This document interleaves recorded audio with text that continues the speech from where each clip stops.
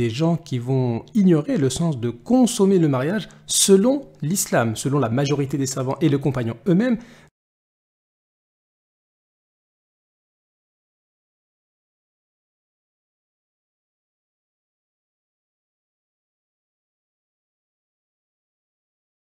Dès lors où dans un couple, l'homme et la femme commencent à vivre ensemble dans leur maison, même s'ils n'ont rien fait, on considère que le mariage est consommé, à tel point que s'il y a divorce, même s'ils n'ont rien fait, il y a quand même la période de viduité ainsi que la dot qui doit être versée.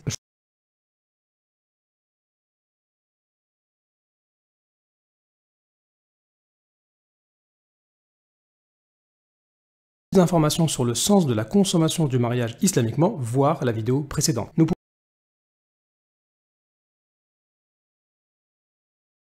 En langue arabe, on a des mots qui sont utilisés pour parler des rapports intimes sans ambiguïté, comme par exemple al-jima'.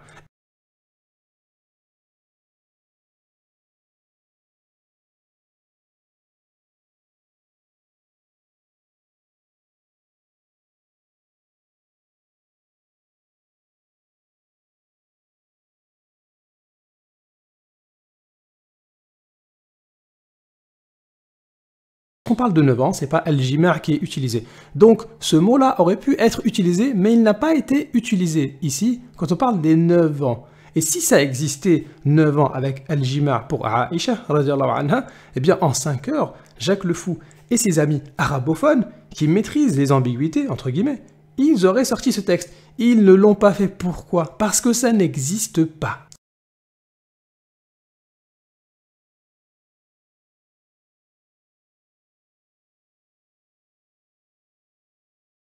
Les mots qui sont utilisés, c'est al-bina, bana biha, ou bien ad-dukhul, dakhala biha, ou bien ad-dukhul ala. Donc la définition de ces mots-là selon les savants musulmans. Prenons Fath al-Bari d'Ibn Hajar,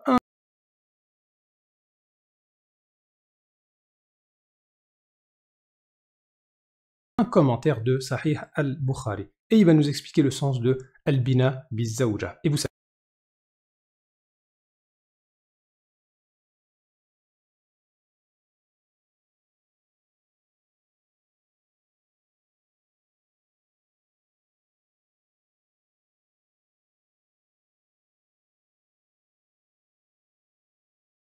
avec Fath al-Bari d'Ibn Hajar, tome 15, page 313, et il va commenter la sourate 4 au verset numéro 23.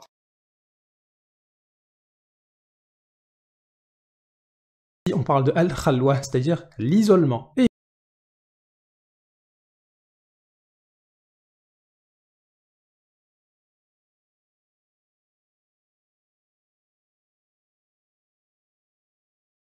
ici, c'est propre au Coran le fait d'utiliser beaucoup d'euphémismes.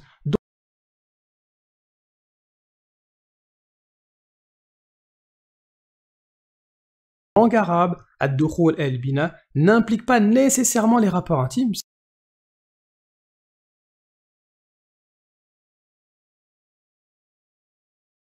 Sinon, quoi, nous avons des textes authentiques qui vont utiliser, par exemple, al-bina, sans qu'il n'y ait de rapport sexuel. Par exemple, même d'autres textes authentiques qui ne parlent même pas de préliminaires. On nous dit maintenant Sahih Bukhari 5349 qui nous dit à l'homme, tu as déjà consommé le mariage. Alors, Ibn Hajar qui commente donc la partie Dakhal Tabiha. Il va nous dire ici, en bleu, que ad-dukhul, ça a été interprété par la majorité des savants comme étant l'isolement. Une fois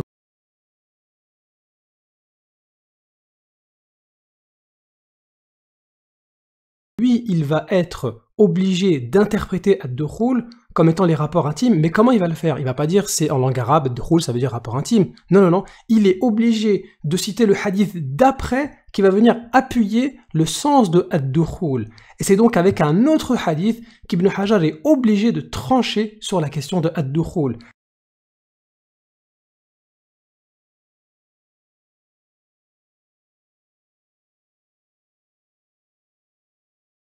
Regardez ce qu'il dit à la fin, il nous indique que ce hadith-là n'est pas une preuve comme quoi il faut donner la dot pour l'isolement uniquement, puisque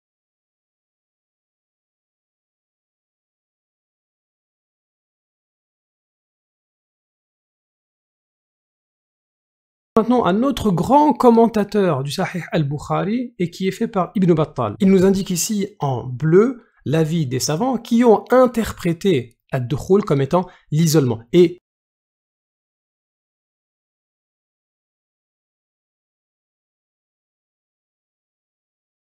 nous avons donc prouvé en utilisant la langue arabe, puisque dakhala biha, ça veut dire littéralement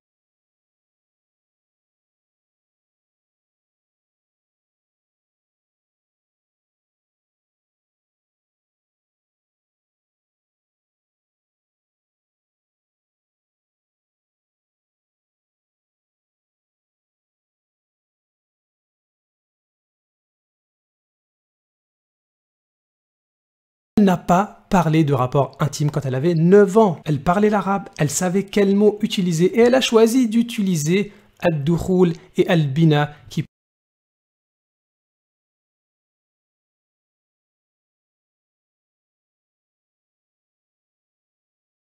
Aïcha elle-même rapporte que le prophète alayhi salatu wassalam, était le plus patient des hommes.